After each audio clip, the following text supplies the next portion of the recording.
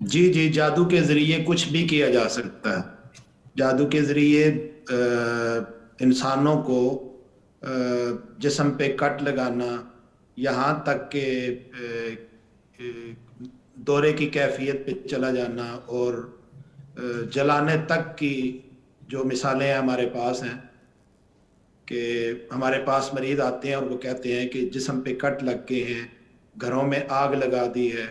یعنی جس بندے پہ جادو ہو اور وہ آسیب زدہ ہو، شیطان اس پہ کچھ بھی حملہ کر سکتا ہے. یعنی جانی طور پہ نقصان بھی ہو سکتا ہے. جی بالکل، جانی طور پر بھی نقصان ہو سکتا ہے. اور یہ جسم پہ کٹ لگنا، جلانا، یہ جانی طور پہ ہی ہے. ٹھیک ہے. اچھا سر، یہ فرمائیے گا، ایک اور سوال ہے، اس کا جواب دیجیے گا.